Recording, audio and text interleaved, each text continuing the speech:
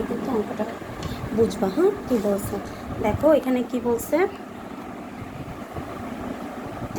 আমি যেখানে লিখবো সেখানে ধরবো। হ্যাঁ, আগে প্রশ্নটা বুঝো। বলছে 1 ডজন কলা ও 1 হালি ডিমের দাম একত্রে 196 টাকা। একটি ডিমের দাম 13 টাকা হলে একটি কলার দাম কত? আমাদের এখানে কি বের করতে বলছে, যে এখানে ফার্স্টে আমাদের 1 ডজন কলা আর 1 হালি ডিমের দাম একসাথে দিছে 196 টাকা, কিন্তু এখানে আবার একটা উল্লেখ করে দিচ্ছে যে ডিমের দাম হচ্ছে 13 টাকা। আমাদের একটা কলার দাম বের করতে বলছে, এখানে 1 হালি 1 ডজন কলার দাম আছে, বের করতে হবে একটা কলার দাম। তো এখানে দেখো কি দিছে, একটি ডিমের দাম 13 টাকা। আমরা এটা এখানে লিখে নিই, 77 পৃষ্ঠা 5। একটি ডিমের দাম 13 টাকা। এখানে ফার্স্টে বের করতে বলছে 4টি ডিমের দাম। তাহলে একটা ডিমের দাম যদি 13 টাকা হয়, 4টা ডিমের দাম কি হবে, বেশি না কম বলো যাই? বেশি হবে না কম হবে? বেশি হবে। আর বেশি হলে আমাদের কি করতে হয়, গুণ করতে হয়। আমরা এটা এখন এখানে তাই করব। তুমি পড়া বুঝতেছো, তুমি পড়া বোঝার মতোই কথা বলো, কোনো সমস্যা নাই। তো একটা ডিমের দাম এই হচ্ছে 13, না কিচ্ছু হবে না। আর হচ্ছে এই হচ্ছে 4 কেন, 4টা ডিমের দাম। তাহলে এখন 13 নামটা বলো, তোমাকে তো আমি 13 নামটা শিখেছি, বলো।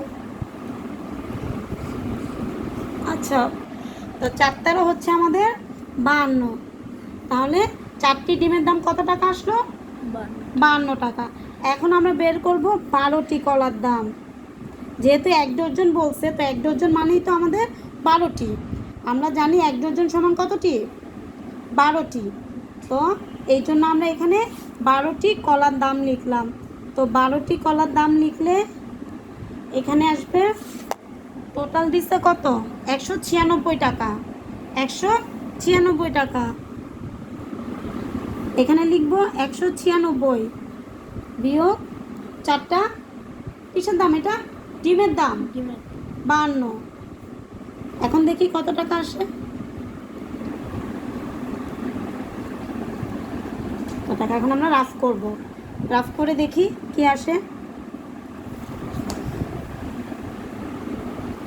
যদিও বা আমি মুখে মুখে বলে করতে পারতাম, কিন্তু আমি তোমার সুবিধার জন্য রাফ করে দিচ্ছি। 6 থেকে 2 চলে গেলে কত থাকে, 4 থাকে। 9 থেকে 5 চলে গেলে 4 থাকে।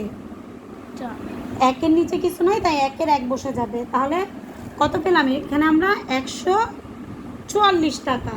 তাহলে 12টি কলার দাম কত বের হইলো, 144 টাকা। পুরোটা দেখো, 144 টাকা। তারপর নিচে আবার কি বলছে, একটি কলার দাম কত। এখন আমরা 12টি কলার দাম পেয়েছি, আর তারপরে আমরা কি বের করব, একটি কলার দাম, একটি কলার দাম।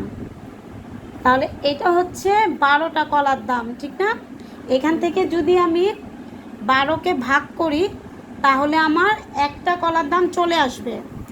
12 দিয়ে ভাগ করলে কি হবে, একটা কলার দাম চলে আসবে। তাহলে আমরা রাফ করি। এখানে যেহেতু 2 সংখ্যা আছে, আমরা এখানে 2 সংখ্যার সাহায্য নিব।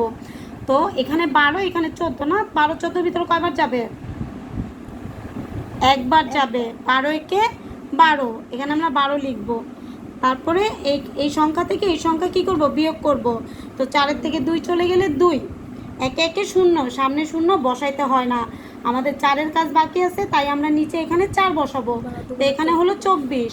তো আবার 12-র নামটা 24 পর্যন্ত করব, ঠিক না? 12 দুগুণে 24, 2। তার মানে আমাদের কত টাকা আসলো, 12 টাকা আসলো। তার মানে আমাদের একটা কলার দাম কত,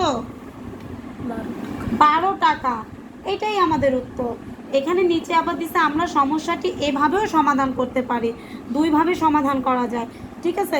এই ভাবেটা আমি বইয়ের মধ্যে করে দিচ্ছি। বইয়ের মধ্যে করবো নাকি, এখানে বলছে আমরা সমস্যাটি এভাবেও সমাধান করতে পারি। একটি কলার দাম, এখানে লিখবো আমরা 196, দেখা যাবে 196 বিয়োগ 13 গুণ 4। ক্যামেরাটা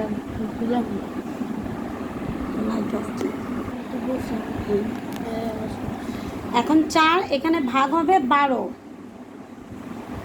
তো আমরা যদি 96 থেকে 13 বিয়োগ করি তাহলে কত হয়?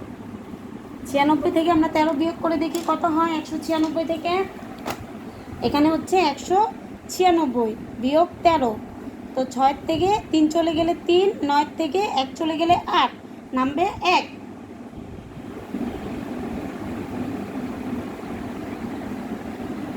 সরি, আমরা তো বিয়োগের কাজ আগে করবো না, আমরা আগে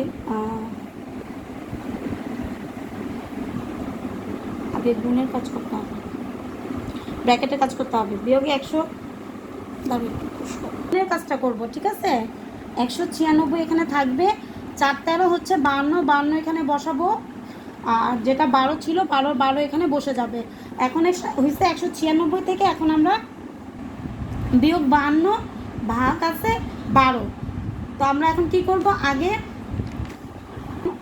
আসছে, এখন হচ্ছে আমরা 196 থেকে 52 বিয়োগ করব। বিয়োগটা দেখো, রাফটা দেখো, এই 6 থেকে 2 চলে গেলে 4, 9 থেকে 5 চলে গেলে 4, আর 1-এর 1 বসে যাবে, তাহলে কত হইল 144। আর এখানে ভাগ 12 ছিল, ভাগ 12। এখন আমরা এটাকে যদি ভাগ করি তাহলে তো আমাদের রেজাল্ট 12ই আসে, যেহেতু আমরা এই যে উপরের এখানে করছি না 144 থেকে 12 ভাগ করে কত পাইছি 12, যেহেতু অলরেডি আমাদের এই অঙ্কের মধ্যে ভাগটা রয়ে গেছে, ভাগটা রয়ে গেছে না, বলো, এই ভাগটা রয়ে গেছে, তাই আমরা এখানে আর ভাগটা নতুন করে করলাম না। এই 12,